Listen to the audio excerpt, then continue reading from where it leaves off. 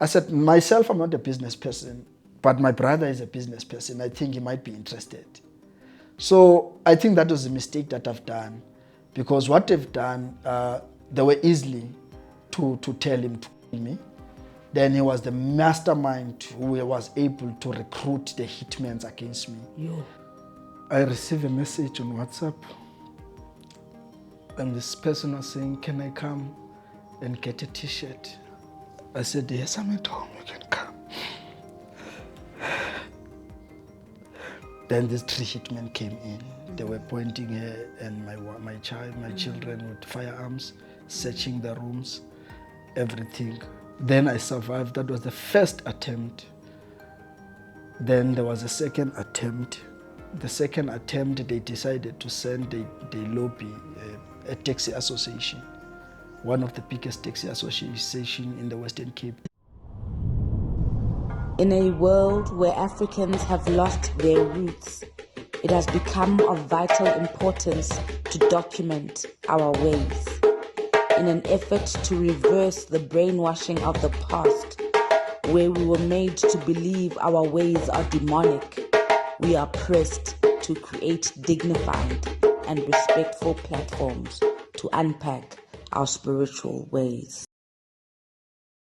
The views and opinions expressed in this episode are those of the guest and do not necessarily reflect the beliefs or position of this channel, its hosts, or affiliates.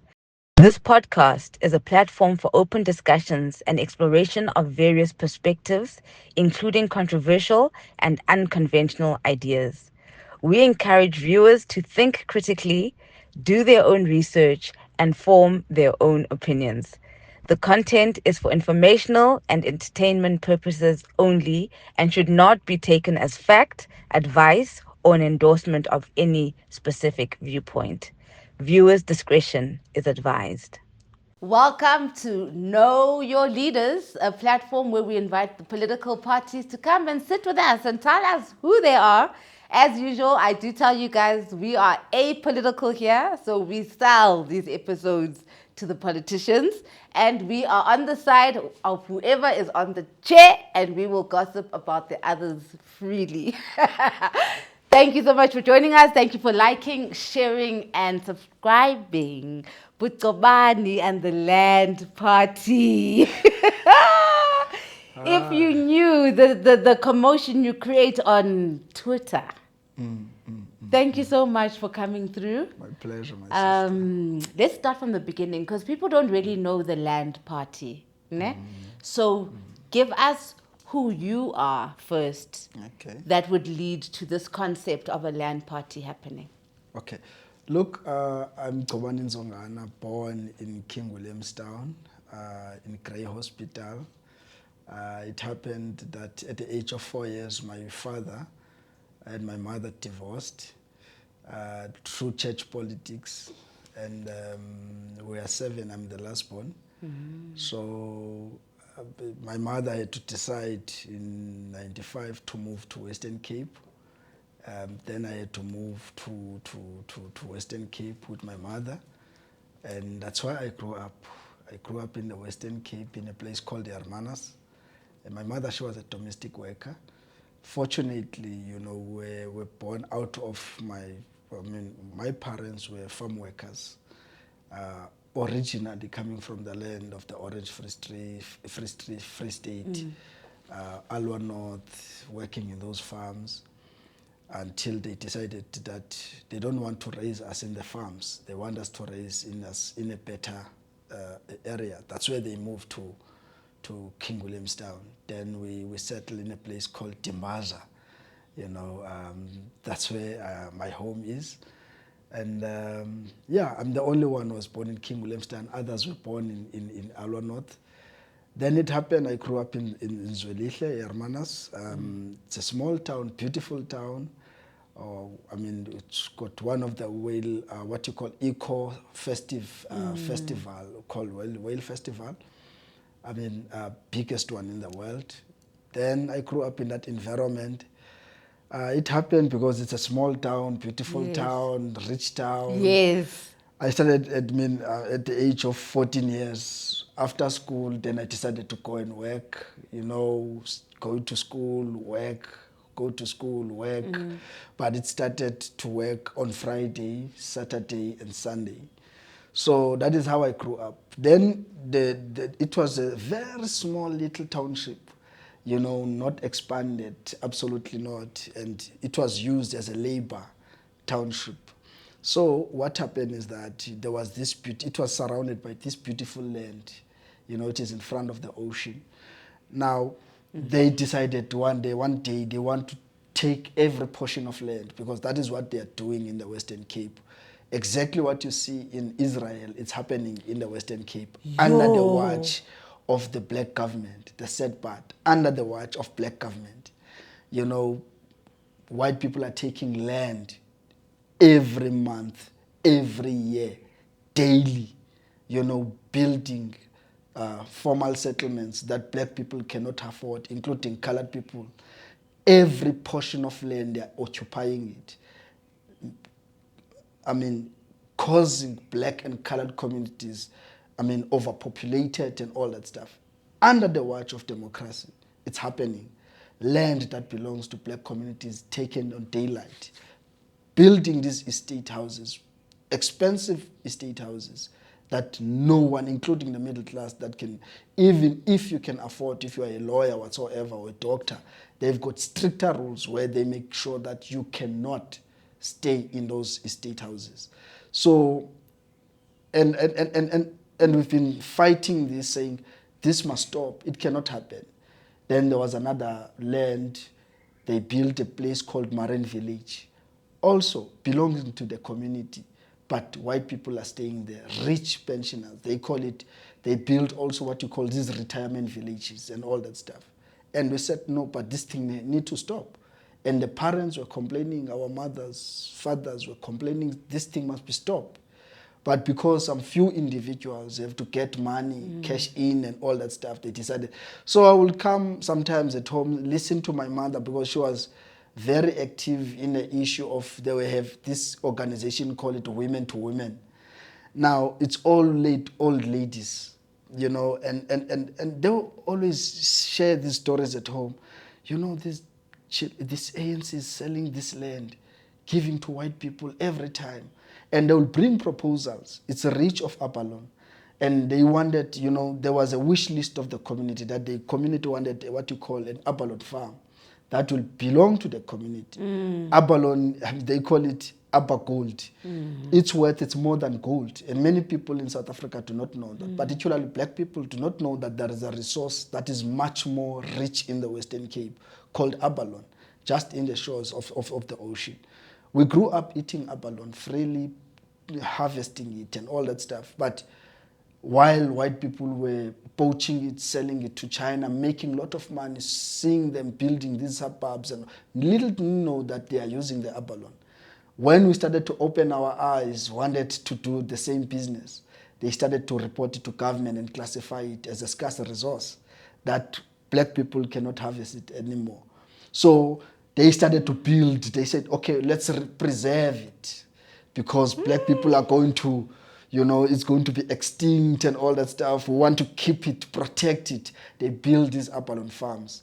That's where you've got Abba Gold. That's where you've got Aqua Farm and many others.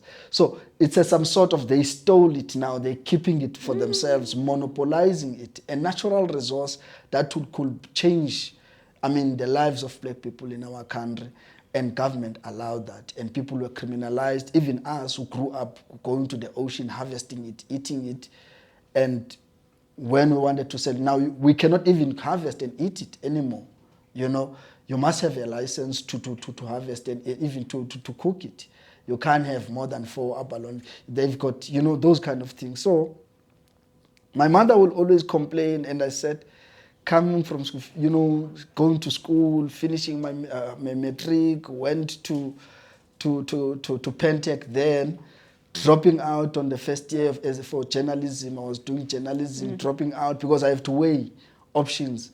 My mom, she's struggling, on the other hand, and I have to check. She cannot afford, accommodation for myself. Yes, I got accommodation, but I will share with somebody else. The challenge is, you know, we were raised in different, you know, I was raised in a particular way at home. Discipline, growing up, prepare your bed and all. Now I stay with this somebody and this person will come with friends, make noise, and they will drink. I don't drink, and people will. I can't say, hey, you can't smoke inside. You can smoke outside. You know, those kind of behavior. And I found out, no, I can't tolerate this. You know, and I applied, you know, to correctional services in Navy, and fortunately, I was called in the Navy. I wanted to be a Navy diver.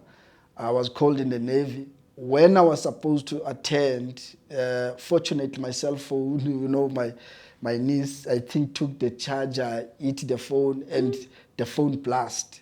So I could not go to my interviews for Navy as a Navy diver because that was my ambition. Sure. You know, and fortunately, I was called in correctional services.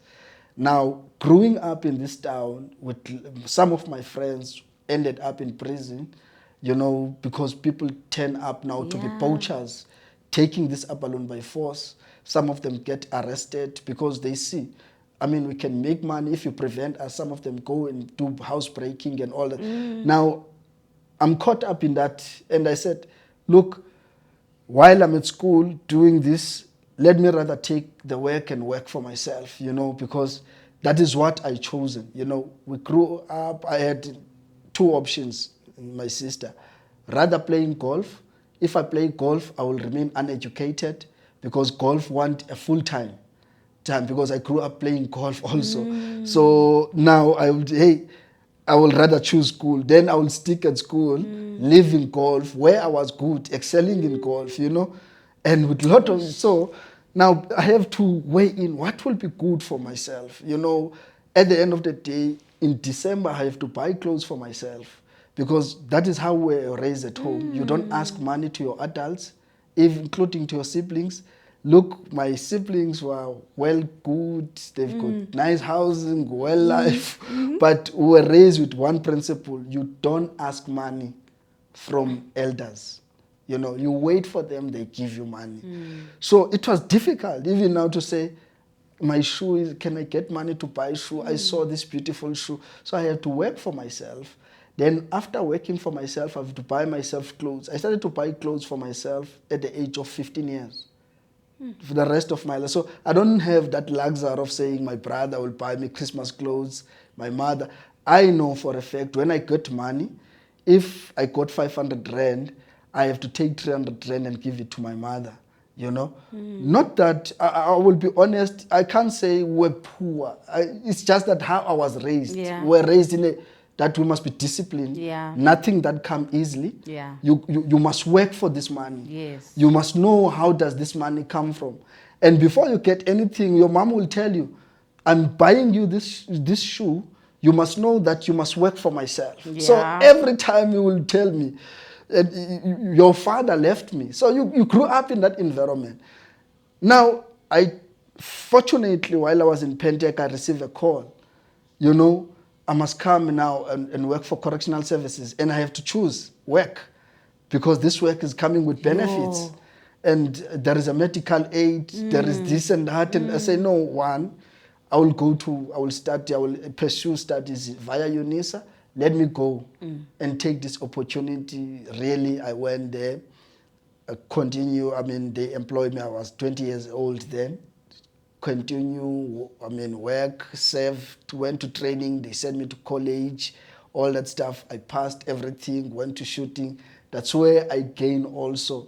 I started to enjoy. Remember, I wanted to be a Navy diver. Now, the passion now coming in, the issue of militants, defense, all security, that because I grew up in that environment at home. My siblings were in the army, special forces, some of them are trainers in the military. So you come in that discipline environment. So at least correctional services close that gap because, I've lost there, at least I've gained something here. So that is where I started, you know, GCOBANI. That is the story of GCOBANI. You know, then after that, I worked the first time I've worked in a maximum security prison, one of the best in the Western Cape. Then I work in CIMEX. That's where I got my training. Just when I came in a college, I was thrown in an environment where I will have to look after the biggest gangs in the Western Cape, which means the late Rashid Stahi, Colin Stanfield, the brother, the cousin of what you call the current Stanfield now, Ralph. Michael Boyzin is still serving even today. The brother of so all now I became now in an environment where all the underworld leaders looking after them, the Holland and all. So I became now have to look after these guys and all that stuff. So I grew up in that environment, learning, and remember, it's not an easy. Many people have lost their jobs because these guys got money. They can easily manipulate you. I'm young, coming from the college. My seniors want to protect me. That look, you can't. They always want to monitor everything that I'm doing at work. But one thing they could not get, you can't believe. Many people do not believe that none of those gentlemen ever ask a favor from me. Through my discipline, when I'm doing my job, knowing that there must be a boundary. You know, my sister, I must respect you. You must respect me. Then we must know that there is a boundary between us. That is a principle that I've learned. That is how I grew up.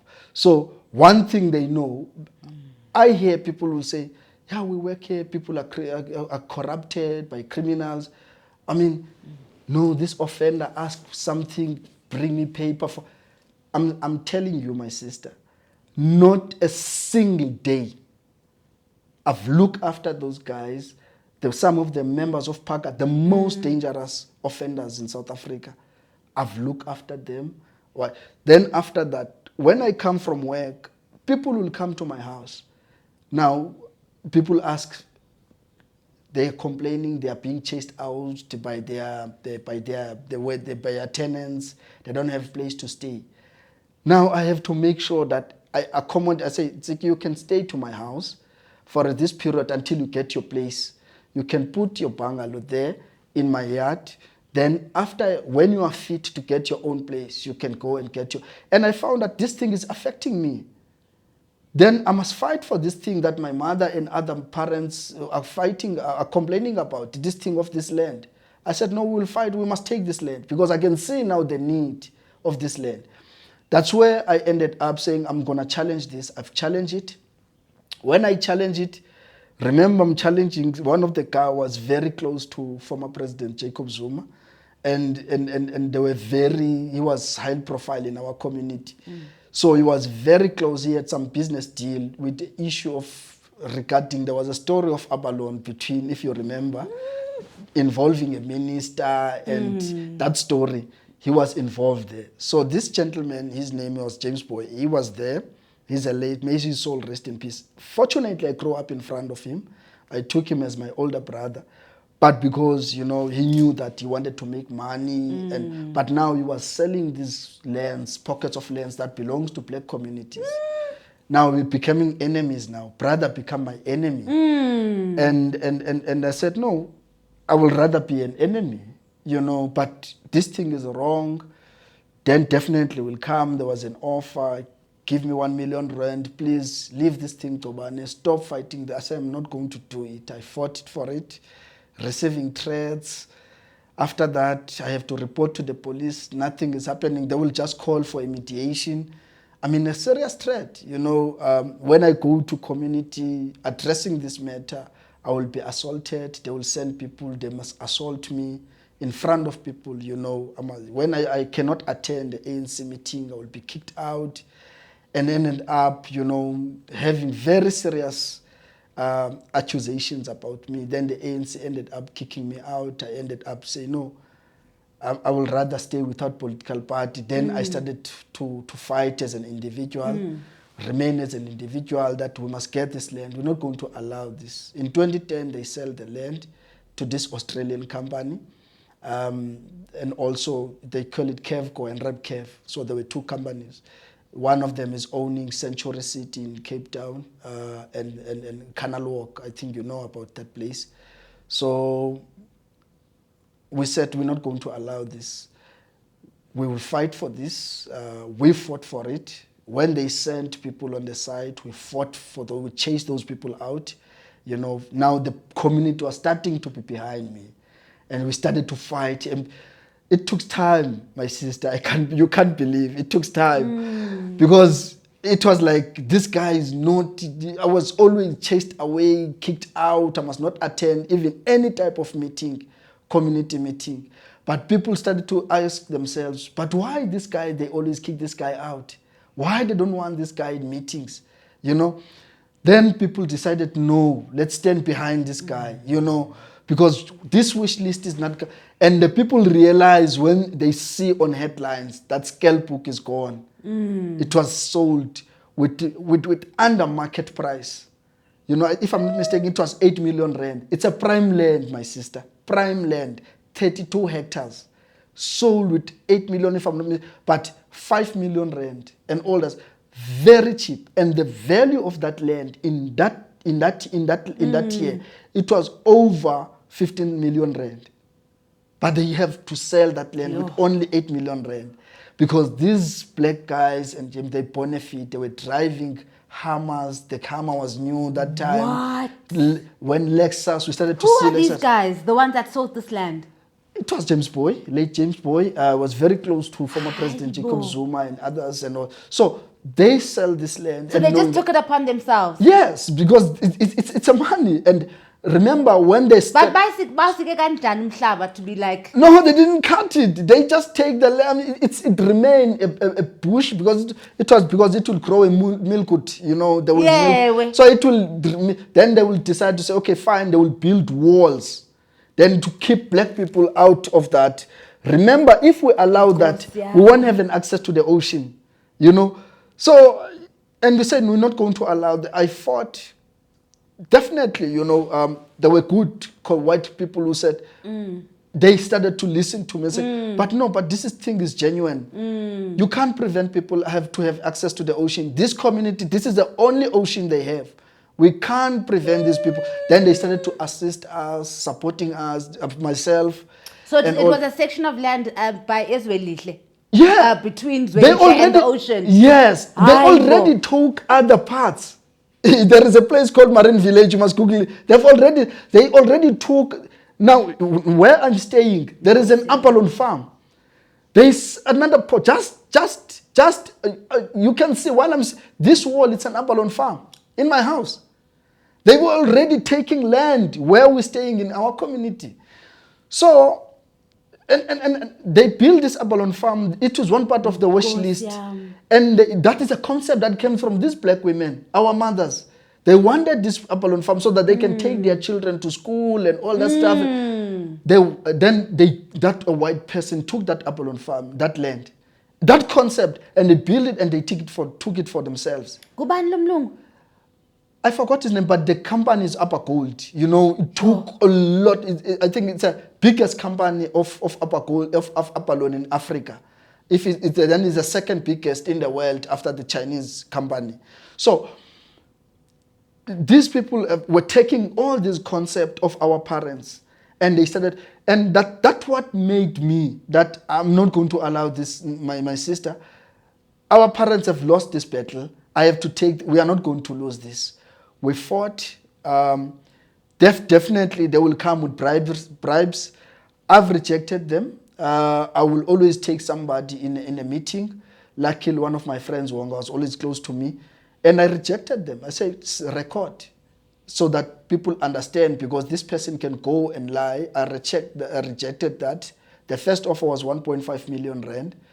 Then after that, then they decided, now let's kill this guy because it's giving us a problem. Then I started to have these problems and all the stuff, assassination plans and all that. I reported that. Then issues subsided. The project stopped. Then the community started to rally behind me. In 2018, I felt now that the people really are speaking with one voice. Then we made a trap. There were two women. there were, I think one woman was throwing the water outside from her house, and unfortunately the water, she threw the water in a small child. Now they were fighting each other. I said, no, but you can't. Don't fight, guys. Go to the municipality and tell them, you see why we want that land. We want that land. It's because now, or because of this. Don't allow white people to make us fight. Sure. So these ladies went to municipality, to the mayor. There were 4 of them. Guess what? The mayor said, if you see any piece of land here, you can go and take it. That was the time. I said, what? And I said, please record him. They recorded him. He said, if you see any piece of land, you can take it. That's how we took that land. We took that land. They brought in the police. It was before the Easter holiday. We took that land. They called the police. I'm sorry for that. We have to fight. Look, my sister, we can't allow police to beat us for taking what belongs to us. There is only one way to defend ourselves. So we have to defend ourselves. They were using firearms. We have to disarm them. Some of them, our people use traditional weapons to injure some of them. So it was it was 50-50. It was a battle. I mean, that's where the Tele decided to call almost all police, in even some special police in the Hermanas. I mean, it happened, my sister started from Easter, and I think it ended Easter, it was March, April, May, June, July, August, September, until September. So it was totally shut down. White people decided to move away. They left their homes and all that stuff. Because our strategy was that we are This not... was happening in Hermana, South Africa. Yes, it was there. But they made sure that they suppressed. Yes, some of the things ETV did, ENCA did show some of the, but they were not showing the reality of what is happening. For instance, when the white people decided to move out of the town, because what we have done is that the strategy was very simple. We are not going to burn tires in our township. We are not just going to destroy our township. Yes. We know where the enemy is. So our strategy was very simple. They are not going to listen to us if we burn tires. They are not going to listen to us if we are going to beg them. We know who their voters are. Let's go to their voters. And we hit their voters. We go to the houses of those people. We make sure we chase them out. We burn their cars. We went to these Abalone farms. Some of them, we make sure people take the Abalone free. We break down those Abalone farms. We kick them out of the town. There was no garage that was working in town. There was no shop that was... So white people, the rich, could not get bread. They could not get milk. They could not get petrol. Now, us in black community, we made sure that, my friends, we're getting bread, we're getting milk, we're getting everything what we want. We made sure that there will be no Pick and Pay that will open. There will be no mall. Remember, the working force is staying in this community. So the people, we participate in this cause. So then the government decided to concede that, okay, fine, we're going to buy back this land from this company. They bought back the land then they said, can we negotiate? We negotiated. Then they bought back the land with 38 million rand. From 8 million rand to 38 million rand. They bought back that land for the community. So there were those discussions that were taking place. Then they started to come. Then they decided, okay, fine, everything is fine. We signed memorandum of understanding. The land is going back to the people. Then can the protest stop? We say, no, it's fine. The protest can stop. So when the protest stopped, they decided now to come after me, in July. Started from March, now in July, the protest, everything is come down. So they miscalculated it. They came after me. They came to my house. I can tell you, my sister, you can say a terrorist was being arrested on that particular day. There were choppers. There were, the police, Afroforums, these bourres wearing bulletproof vests, carrying firearms, rifles with the police All these people. It was a joint security operation. All stakeholders being there to take this terrorist, because they wanted, a way to come into my house. They knew they could not get hold of me because the people were protecting me. So that's how I was arrested. Then I came out. I was sitting in my couch. I came out. These guys came, pointing everyone, myself, my wife, and my daughter, and they took me out of the house. Then that was how I was arrested. When I was arrested, a special quick court was arranged that, because they didn't want my supporters to go to court. Yes. So I was quickly Yes, going there, I know the everything. tricks. They organized, the judge said this, then I would quickly go and locked up. And I'm still working for correctional services that time, so then they have to remove me in Caledon. It was a minimum. Now they take me to CIMEX where I used to work in my environment, take me there. Good thing that everyone knows me all over the country. They know myself. I can go to Hosimampuru. My colleagues are there. So they know who I am, and so they thought they are breaking me. I got a lot of support. I don't want to lie. My colleagues gave me a lot of support. I don't want to lie. And I have to thank them for that. So, and they encourage me a lot. We are behind you. We support you. Don't give up. We are behind you, Nzongana. So I went. I was kept, taken every night, from this center to that center to this. So trying to frustrate me. My case was moved from Hermanas. They felt because they don't want support. So they decided to take to Somerset. Somerset was shut down. The whole community, the whole support was there. They decided, okay, fine, let's take it to Stellenbosch. They took my case to Stellenbosch. Now let's take this guy to Posmo. Taking out of his own territory. They took me now to another area. They took me to Posmo. Even there, thinking that they are breaking me, took me to Posmo. Then the case was taken to Stellenbosch. From Hermanas, Somerset, Stellenbosch. Now in Stellenbosch, the town was closed. Community was there. Everything, they said they want to take the case now to PAL. The good thing is that the judge refused. He said, I'm capable, I can sit for this case. Because what they didn't want me to have a support.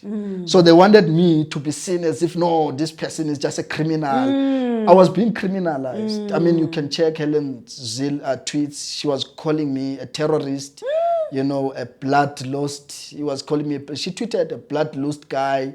This guy is very dangerous. What? Yeah, she said, Helen Zila was here. tweeting She about made a video. you. Yeah, she made a video. I'm here in Hermanaska. You can't believe. It's the first time I saw this in my life. We are dealing with a terrorist here, a person who hold the whole town, into standstill. People cannot get food. People cannot get this. He's talking about white people because our people were getting everything. People cannot get food. People can. Even AfriForum wrote about it. Terrorists, this terrorist and all that. So they were criminalizing me. So now they didn't, because if I'm a criminal, surely, because why the community is going to support me outside of the court? Because they already said in public, I'm a criminal, I'm a terrorist. I mean, people do not want me. They are not supporting me. I'm holding. How can a person, Nzeki, hold a community of 40,000 people into ransom? How can I do that? Absolutely. But that's what they've done. They've run that campaign, assisted by Tele and all that stuff. Fine. I went, and the judge said in Stellenbosch, this case is not going to PAL. I mean, PAL is fancy. That's a furthest point. Furthest point. And you tell me that you are still in a democracy. A person that was supposed to give us a funding, and you tell me, we finished on Monday. everything we submitted. We don't make noise. We reach all requirements on IEC. After 3 hours, our funder, someone was willing to fund us, receiving a threat. You fund that part, you will never make a business in the Western Cape. My case have to be taken out of my jurisdiction because people do not want my people to support me. Because if you can see videos, people outside the court, you will never believe. There was nothing like that ever happened in this country. Those videos are there, you know. So then it's fine. Very funny with that story, Nziki. Then I have to kept in Posmo. They are even there. They thought they are keeping me in a very, you know, wrong section. They thought they are sending me in a very brutal area. When I arrive in Posmo, officials, prisoners knows me. No, this is our leader and all that stuff. Very good. High respect. I don't want to lie. I still salute those guys. We're still together, my friends. They vote the Land Party. They support the Land Party. Then I was denied. Now they were saying I must be denied bail because this person is very dangerous to community. If we allow this, then a civil war is starting in South Africa. You can't allow this person to be out. You know, and there were international journalists. Very funny. The people who were covering this story, it was international media more than local. Only ENCA who tried. Yes, Newsroom Africa.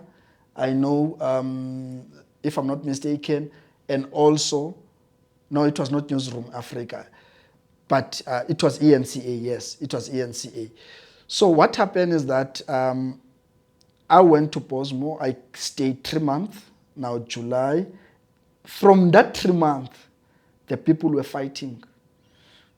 They burned the police station. They went to assault the police, you know, and they burned the police station. They kicked white people in their houses out in Marin Village, the land that was taken. No business now was absolutely happening. And now they were sending their delegations. So I'm kept inside as a criminal. Now they want to negotiate with me. I mean, what kind of humiliation is that? AfriForums, all these bastards, sorry to use that language, sending their delegations, some doctors to negotiate. GCOBANI will buy you a house in the Fenkloof, Golf Estate, you're going to stay there, you're not safe in that community. All this, putting all these kinds of offers, you know, and I fuck off them, you know. Those who approach me with dignity, I will listen to them, talk to them, and I tell them, guys, this is not about me, this is about community. People, because they want me to stop what is happening. I say, I can't stop what is happening. You kept me here. That's why these people were fighting. How can I tell people to stop? They want to say, I must make a recording. They send someone to make a recording that will be played in the media so that GCOBANI now is saying, please, people, calm down, stop doing. That's bullshit. I could not do that. I could not. You know, we are fighting here. And we're fighting for what belongs to us. You know, Xhosa people were removed out of Western Cape belong to us. That is a land of Khakhabe. That is land of Ncika. That's where of my Koma. So I'm continuing with that battle. So I could not allow that to happen because if I do that, I'll be betraying my forebearers who fought and died for that land. You know, so they decided to take me out. While on that process, they were saying, okay, fine. They were deciding some terms, how they can take me out to negotiate. Luckily, my lawyers took my court to Judge Hlophe, and Judge Hlophe is the one decided that, no, we cannot keep this guy. You know, he said he understood my case very well. He said, we can't keep GCOBANI there. What is GCOBANI fighting for is justified. So he granted me a bail. That is why Judge Hlophe, some people do not understand. They just look the story of Zuma. The initial, what hurt white people most in the Western Cape, it was when Judge Hlophe gave me a bail. That I must be out. Because they knew that they've lost the grip. Then Judge Hlophe gave me the bail. I went outside. the welcoming. It was like Nelson Mandela was coming out, you know, the whole town. The good thing that even some poor white people supporting me were on the street, full out of the street, colored community, everyone, Tsiki, you know, celebrating that I'm being released. Then they're starting to be calm. Then they started to say, okay, fine, can we now talk about this thing? Then we started to talk, we engage about that, and that's where even the deals, even signing the memorandum of understanding that the land now is being brought back to the community and all that stuff. And in that spirit, when I came out, then that's where the community saw that. But the people that they always, you know, the parties that we trusted, you know, that they will be able to stand with us in this difficult time, they were nowhere. So that's what people are telling me. So my leader, you're not going to bring us anything. Now, we rather when the elections comes in 2019, we stay in the stadium and there will be no IEC will enter this community. And I said, it's up to you. So there were two views within the community. So some of them said, no, guys, how about we ask our leader to start a political party, because remember he's one of the former founders of the EFF, former members. So he does have an experience. Oh, so you started with EFF initially? Yeah, no, I'm one of the, of the, I think I will have to explain that when I'm done. You are going to have to, because first you started, you were at ANC, you got kicked out of ANC. Yes, then I will have to explain that. Because how I don't you end up, okay, fine, I don't want to continue, interrupt it. So they said, because we know he's got an experience, you know, he's one of the people who started EFF. So can you please, my lead? And I tell the community, I say, guys, I don't want to lie. Myself, I'm happy without politics. I can fight without political party. I don't want a brand. You know, I've been betrayed. The problem is that I know my sister. When you're in a political party, a person like me will never be tolerated because I have no boundaries. I don't believe in this thing that my sister ever. For instance, this thing of Senzenina, I hate it. I hate it. I mean, it seems like, for what? We can fight, my sister. To Senzenina, it seems like you are remorseful. It seems you are mourning. This victim. We must fight, my sister. If we have to, I always challenge people. I say, you criticize Nelson Mandela for staying those years in prison, but you are scared to stay only even 6 months in prison. Guys, if we really want to take this land, we must be prepared. We must compete about the record of Nelson Mandela and say, we must go and stay 40 years in prison. That is the mentality that I'm breeding in my community, including to the people that I'm influencing. That, guys, we must be inspired by Nelson Mandela. We must be inspired by all the forefathers, the people who really fought for this country. Not people who just stayed and talk too much, but they don't do absolutely nothing. So, politics is very problematic. You will raise this issue. Some people, you think they are genuine about this, but they are not. So you will end up saying, this one is going to create problem for us, he must go. So please, I don't want the issue of politics. But the community say, no, but we want our own party. Please, I said, guys, who's going to fund it? White people are not going to fund. You can't take their land and expect them to fund you. All these people we fought, Rupert, they've got properties here in this town. That is why there was so much police in this town. That is why the town, the community, it was like it was like a mist of what you call of this thing of tear gas. I'm telling you, you could not see even a finger. They don't care about the pensioners that were there, asthmatic pensioners. The same Helen were complaining on media and saying, no, this terrorist, you're holding a ransom. But they were putting in history, there was no level of tear gas that was put in a community like that. It was cloudy, dark. It took almost 2 months to clear up the sky. In that community, tell me that you are not killing those black people. And it affected also including the colored communities. Tell me that you are not killing those people. You are killing those people because A tear gas is very dangerous, my sister. Some people who've got asthmatic problems, they can suffocate and die. And a person died. Even a small child died. Guess what? Even police shot a child, I think a two-year-old child. And that child, if I'm not mistaken, I think she lost this part of the face, and another guy lost 2 eyes. You know, a 2-year-old. Even today, that child, she's disabled. So, I'm saying, the fact that people did not come and assist you, it's fine, I understand. But leading a political party, no one is going to fund us. Absolutely no one. So you must fund your party as a community. You see how white people are doing. Each and every household is popping out 100 rand and support AfroForum. Then you must support this party like those white people who are supporting that organization. So people said, okay, we'll do so. Then we started. That is how the Land Party was born. What? Then I had to come to Johannesburg and register it. We came to the IEC, we registered the party. I stayed a week in Joburg to one of my friends. Then How much did you guys raise so you can be able to? Each household, my sister, was contributing 50 rand. And then, but when elections in 2019 came, we ended up to having 2.5 million rand. You're joking. No, I'm serious. So yes, the bands are lent over my collection. No, it does. It does. It's just that, you know, there are no trustworthy people that can organize black people. And there is no one. And the media does not spread that kind of information. That the Land Party in 2019 contested and paid a deposit because of poor people who are working, some of them in restaurant and all that stuff. I mean, contributing. Unbelievable.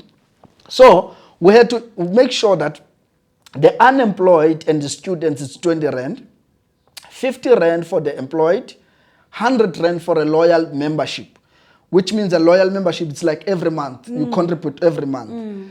So then that's how the organization was registered. We contested election.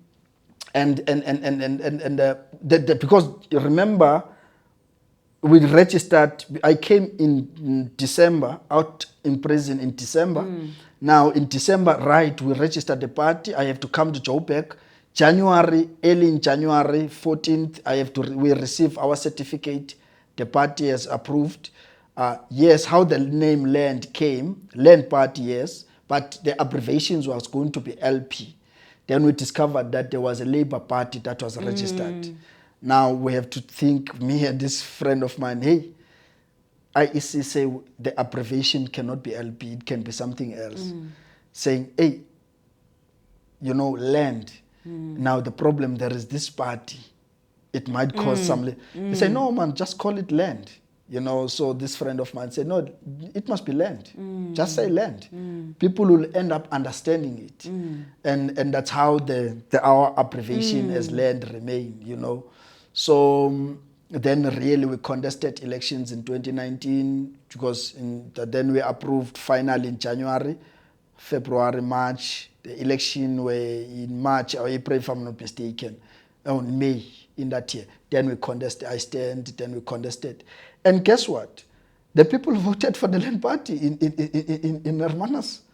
And also we contested Western Cape, Limpopo, Gauteng, KZN. I think there were 5 provinces. Yeah, only those 4 provinces. So the problem is that we didn't have enough resources to register other provinces. If we had someone, assisting us financially, we were going to be in. And definitely we became that party that becoming a problematic, a danger, and all that. So the screws has to be tightened in Parliament to make sure that they close us out. Exactly. That's where even the last law in 2024 came out, the issue of signatures. They thought we could not. We got those signatures, my sister. We went even above. We got all those. We met those requirements. Guess what? A person that was supposed to give us a funding And you tell me, we finished on Monday, everything we submitted, we don't make noise, we reach all requirements on IEC. After 3 hours, our funder, someone was willing to fund us, receiving a threat. You fund that part, you will never make a business in the Western Cape. Clearly, someone within the IEC was taking out the information, so we were monitored. That's where when MK and others raised those concerns, I say they were right. And people thought they were lying, they were right. So someone there that are working for these people, that are paid. There are people who are working. The Oppenheimers got staff there. They've got staff there, my sister.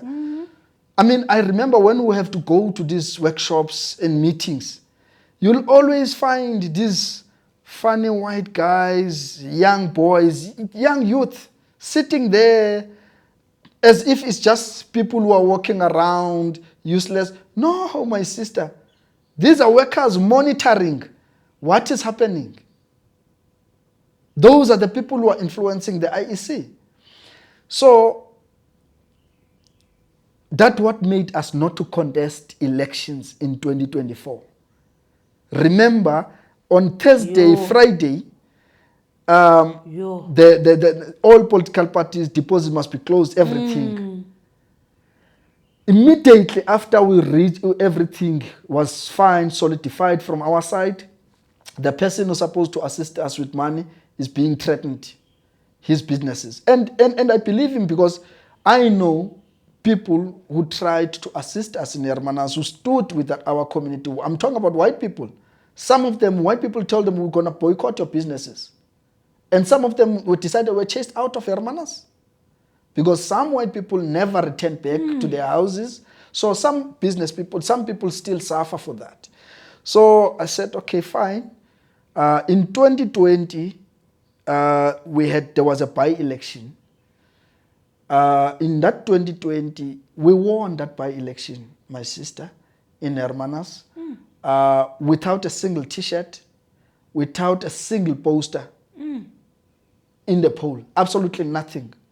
Because what is happening now, when they've lost, they saw that they are losing the case. The state was losing the case. Then they started to bought some hitmen. They bought one of the guys who was very close to me. He grew up at home. You know this thing of church. Yes. So you get someone from the church, he come stay at home. So they bought this guy. And I remember we were called in this meeting in Hemel and Arde Valley. So these farmers call us, say, GCOBANI, we're willing to give you some fridges, which is, you see those big trucks, you put some letters for Woolworths, you take our lettuce, strawberries and all that stuff. You take it to these shops, Woolworths, Checkers, and you go and deliver. We're willing to give you, to make a contract, you go to the bank, so that we give you 3 of these trucks. You can be able to take our fruit and our veggies to this. So can you please offer you that business? And also there in Gansbaai, in our farms, Abalone farms, our staff there, we are struggling, they are struggling. We want someone with buses, but we can do something for you to take all the stuff for us. So we're gonna give you 3 buses. So this guy was here, you know, I grew up with him, and I said to them, look, I knew my sister that time, if I take this, they will silence me. And if I'm fighting with them, they will tell you, we gave you this, so you can't challenge us. So I said, myself, I'm not a business person, but my brother is a business person. I think he might be interested. So I think that was a mistake that I've done, because what they've done, they were easily to tell him to kill me. Then he was the mastermind who was able to recruit the hitmen against me. Yo. So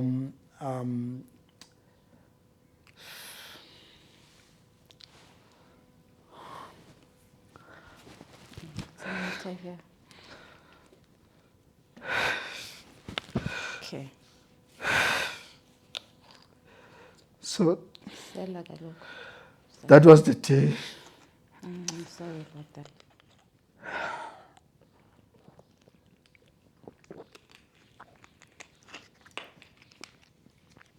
So this hitman came another day. I received a message on WhatsApp, and this person was saying, can I come and get a t-shirt? Do you have some t-shirt? I said, yes, I'm at home, you can come. Luckily, I think it's okay. No, it's okay.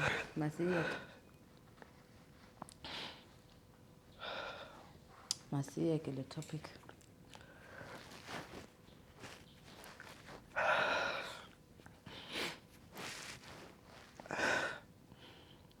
Since then, I never knew peace. You know, I never liked Joburg. Everyone knows me.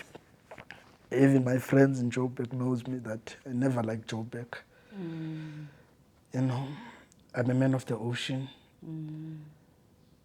But here I am today. I have to seek refuge in Joburg for my safety.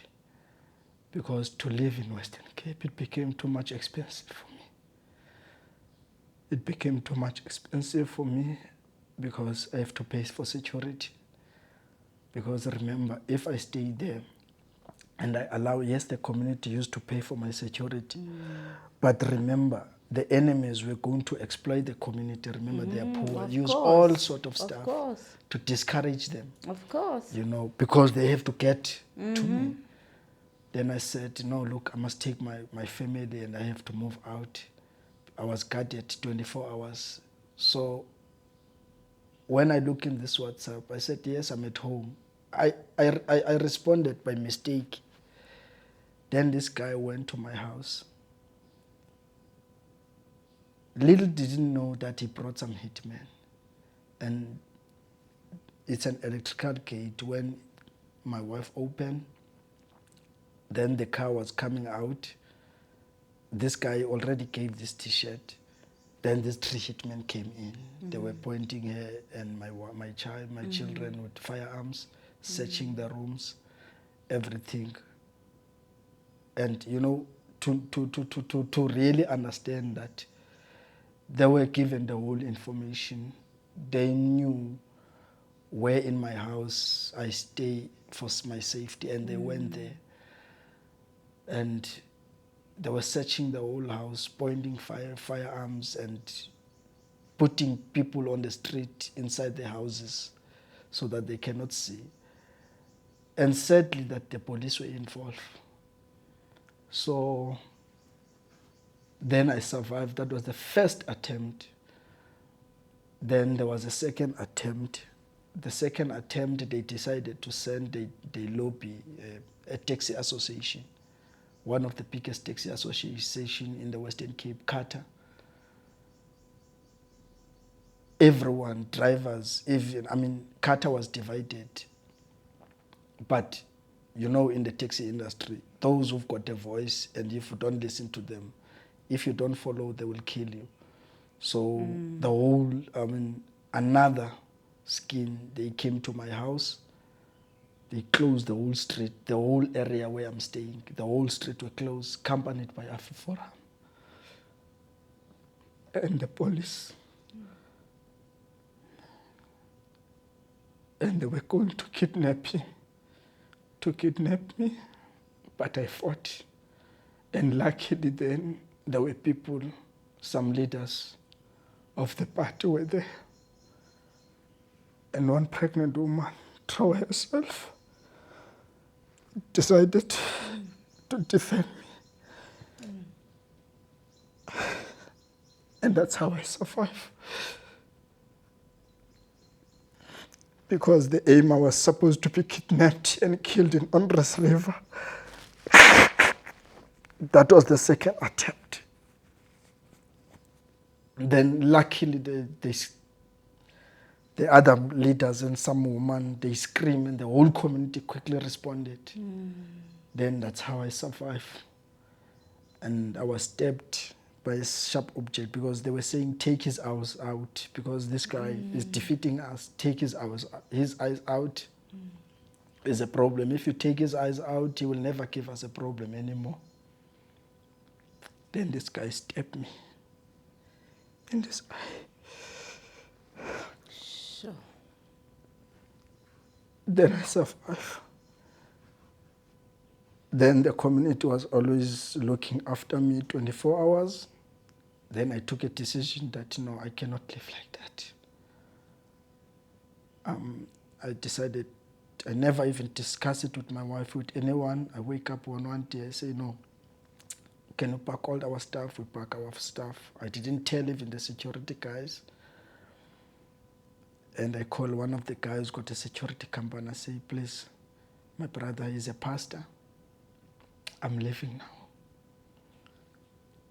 now. He brought his car. We're not going to use my car. He brought his car. We put all our stuff. And my people were seeing, my security could still not see what is happening. And I just called them immediately. I say, guys, I'm leaving. Yeah, because I can't stay like this. And, these people, there are two things they want. They want me in prison or they want me dead. So I'm no longer safe here. And they were starting now to penetrate in my security, buying some people, So, and this guy told me and said, yeah, you've made a very good decision. And to be honest, this guy was close, very close. Was raised at home, was given 2 million rand. And also, they gave him those buses. And all they promised me, they deliver. So he did that deal behind my back. Then that's how I left Hermanas. I left out Hermanas. Then I have to go and live in an army base with my family because I knew that I've been searched all over. They were looking for me all over. So I tried to play down in the army base. I stayed there the whole year, and also to thank the men and women of this country, for protecting me. Then I stayed there. Then there was a by-election. In that by-election, that's how we won that by-election. I could not campaign. 2021 local election, I could not campaign because I can't afford security. It's very expensive. If I can go there, they will take me out. So, but we did well. People showed their loyalty. They voted the party. We reduced ANC from 7 seats to, I think it remained with 4 seats now. And possibly this year in this election will become an official opposition. That's how I grow the party. People remain loyal behind me, even when I'm not there. So I will go. I've made sure that I keep the closest ties with the people all the time, having public meetings, speak over the speaker, using my phone, all that. I cannot go and address them, not unless the community saying we are ready now, you can come. They will contribute money, then I will go and address and appear in public because they will say, no, but it's too much. You must come. Like in December last year, they say, please, before festive season, you must come.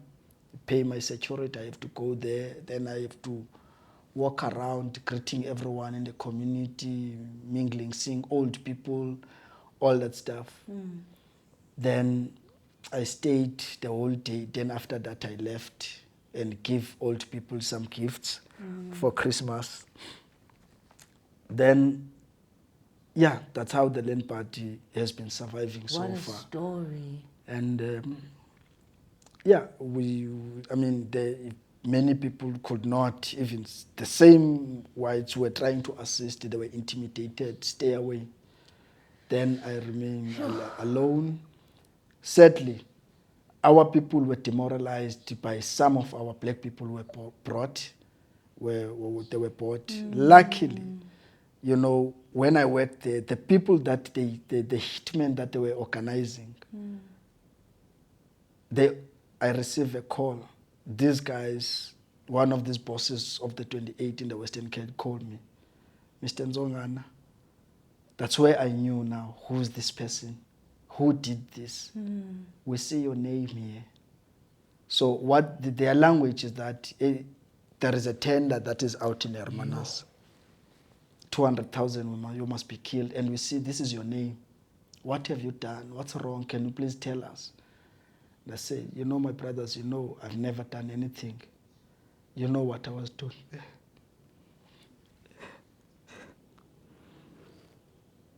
Sure. I was helping black people. And that is why these guys decided to take money so that they can be killed. I said, okay, Mr. Nzongana, we know you. We know how disciplined you are. We're not going to discuss anything with you. We know you. You're not going to allow us to defend you, which is we respect that. I say, no, my brothers, I don't want you to be involved, you know. I will move out of Hermanas. So the last word they've said, they say we'll deal them with on our own. And that's what happened. And that's what happened. All those guys that were behind that, they are dead. Wow. Okay. So they will take the money, they go to these guys, give them money, say bring the money, take the same money that they give them the money they're supposed to kill me, then they kill them back.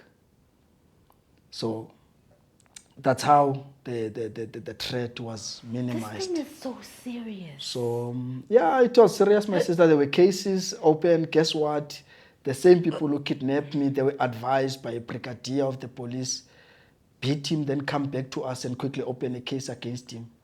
You know, they were given instruction by the DA mayor, no, we approve you, you can go. We will make sure that we don't give the evidence of the CCTV that you were on his house. Remember, suburbs, they've got municipality, they've got this CCTV, yeah. So we will protect you. So we'll see the system was down. And it did happen that. And luckily, the guy, and these guys told me that, no, Dumse is the one who was behind you. He's the one who took that money. They were given 2 million rand. Now it came together. I remember the pastor, what did he say to me?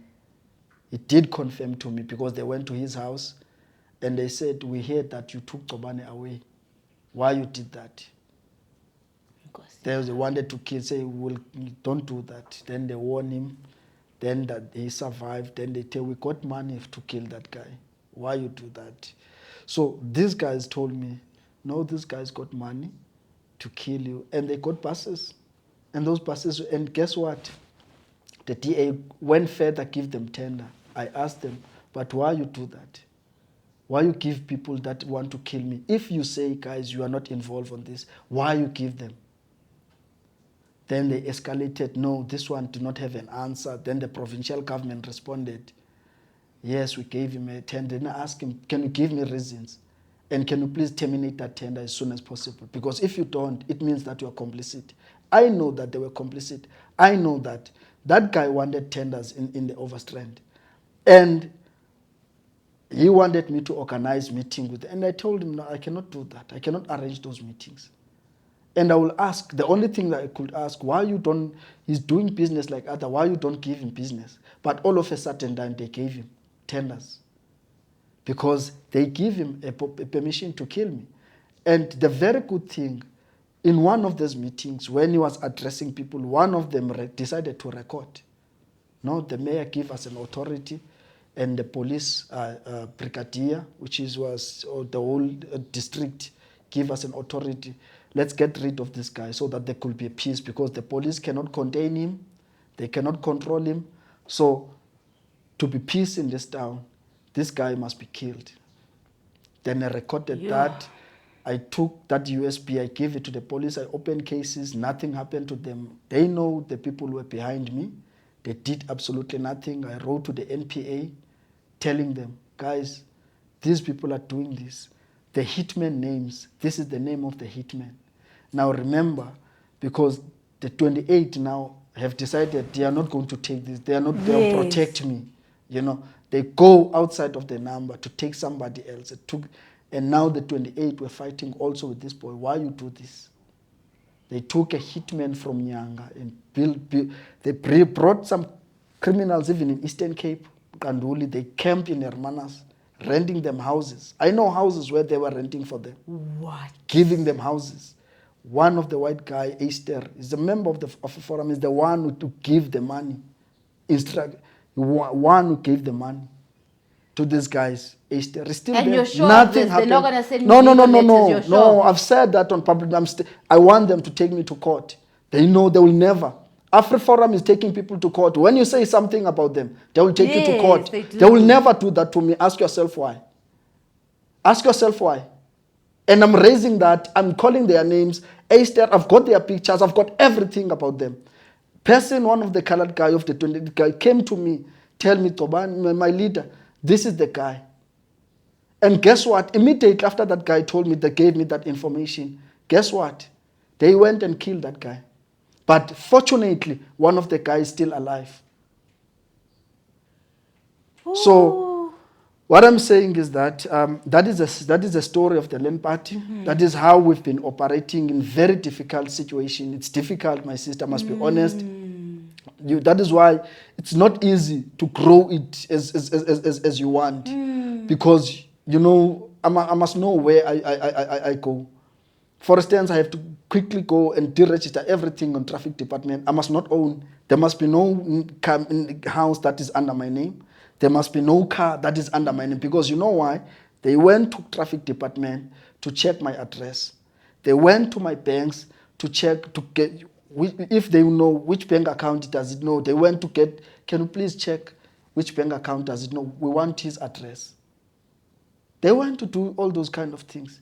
So banks giving people's personal accounts, which is addresses, to be assassinated. Traffic departments doing the same. That is the situation that we are facing for. So, but I can tell you now, it was good that the community decided to stand on their own. They said, we're not going to allow this. This man fought for us. This man is defending us. We know what he's doing for this community. This is a racist community. We'll protect him. So I appreciate the fact that the community decided to defend me. Sure. So that is how I've been surviving myself. That is how I ended up in Joburg. Thank you for that. What a So the issue story. of the EFF, when the EFF was established, there was a time when Julius Malema was being persecuted in the ANC. And that time I had no political party. I was out. Remember, ANC kicked me out.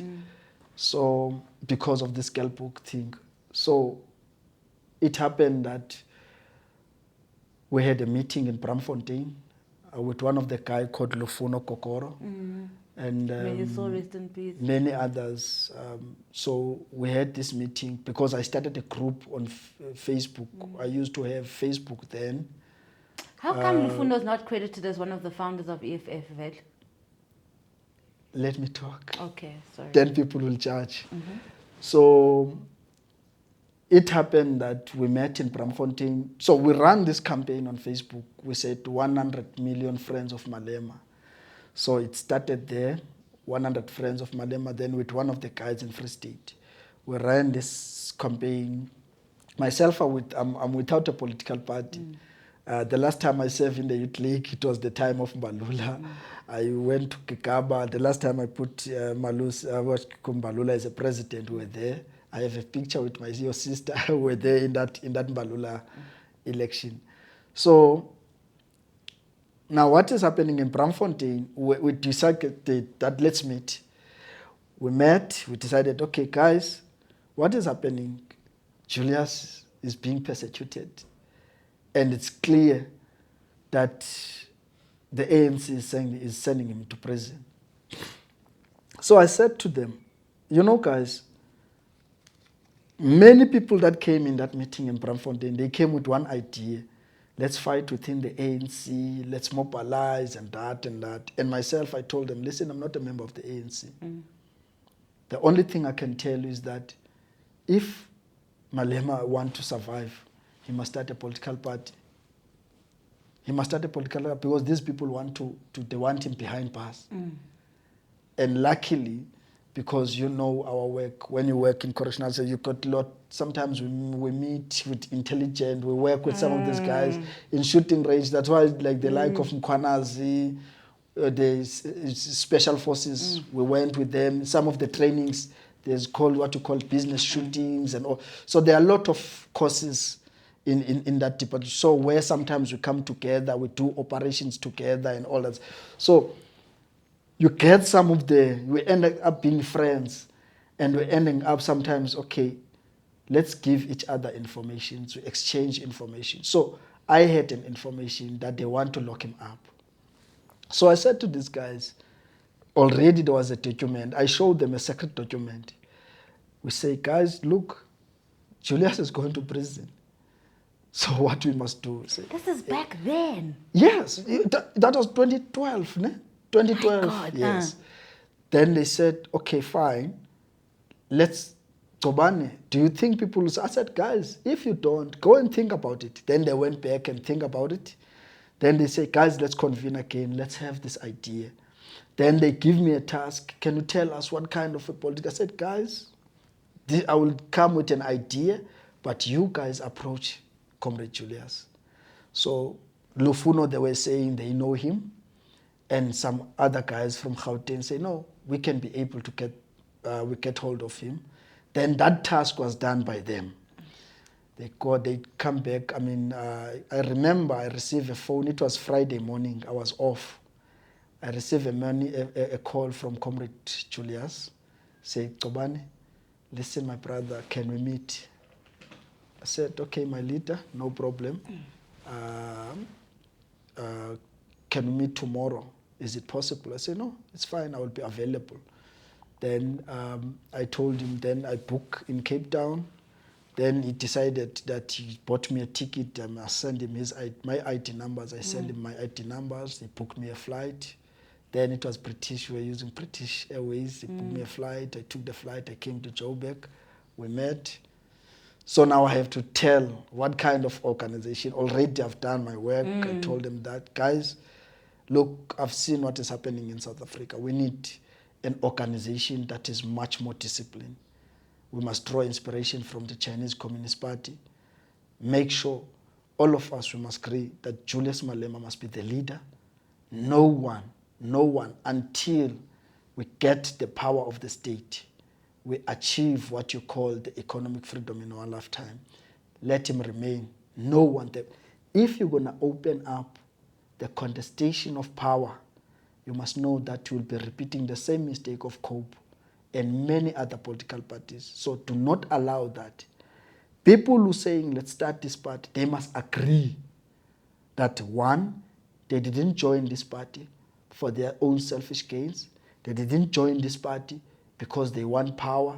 They came here with one mission, that we must be united so that we can take our country back, get our mineral resources, we get our wealth back. So this is how the party is supposed to be. I made that presentation. It was Comrade Julius and Floyd. Yes, there were many people, but they were sitting there because I have to present it now to everyone.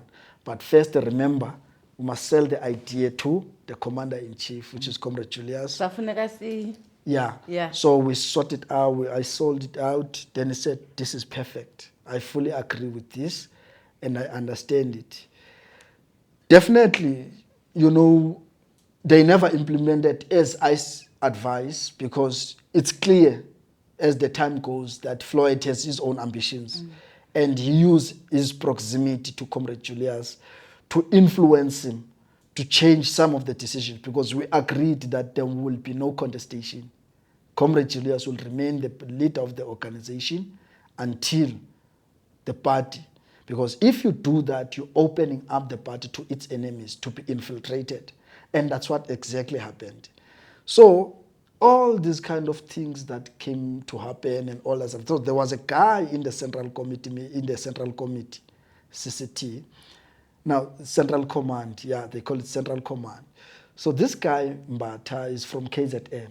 Remember, these people were lobbied by me through Slengiwe Kalipi, if you know him, and many others, above Rene Kanigi. So I lobbied these people. Now, they must be part of this organization, because if we bring people and we don't put ourselves, for positions, that will be good. The idea is to grow the party, not for us. GCOBANI, sorry, I hate to rush you. I'm Okay. so sorry because we've only got an hour. Don't worry, and my we're sister. already on an hour and a half. No. But we just wanted to understand the context of you, how you left EFF. So not Yes. about the politics of Yes. EFF, just I you came in and then... I was there now, this thing of Mbata.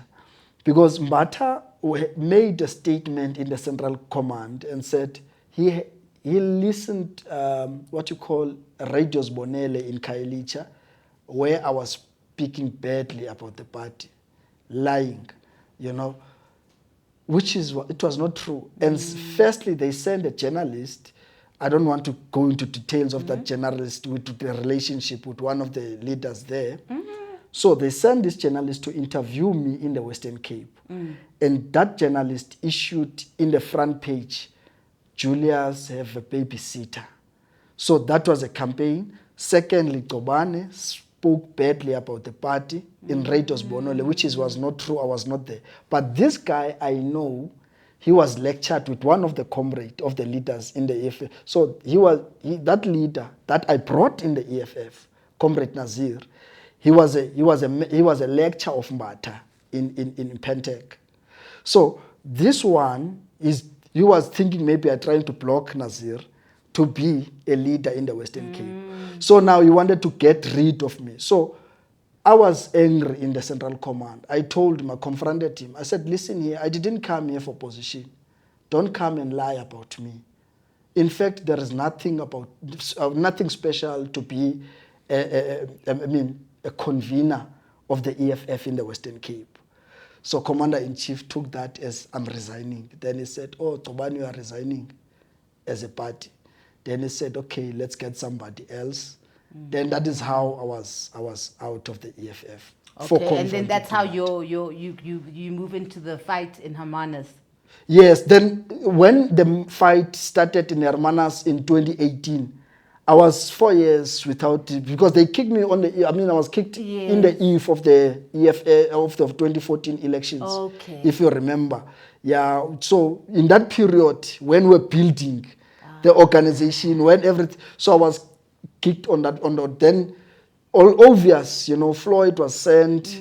Then Floyd just organized a kangaroo court and said, everyone, you can see these people were given alcohol to come and lie about me, and I could not have a time to respond. And I don't even know these people. Say GCOBANI looks is a dictator and was scared of him. But they never know me. They say I was scared of. So that is how then they will say, okay, GCOBANI, we are suspending you. Then I was suspended forever till today. Thank you so much for coming through. What an interesting story. Yeah. That is the land party, guys. Much bigger than we thought, actually. And we always see him there on Twitter. Very vibrant, very confrontational, very strong. But you don't see the vulnerabilities of activists. So please take note of the people fighting for you, people getting into trouble for you, people almost dying for you. This is Know Your Leaders, and we will see you again next time. Who are you when all you were has been diluted by lies and white lines cancelling out all that which has been written of your history? Why do you look at yourself as a mystery? Doesn't the sun shine because you open your eyes? Doesn't the moon stay situated within the same stars your DNA sparkles off? Your spirit knows that surely corner into it off. Buza umoya so you may return to being well off. Because spiritually you are rich, yet your ancestors cry because you are out of reach. But yours is to command all elements while God takes inspiration from the very mirror she looked at to become. Remember who you are and never finish just when they think that with you they are done.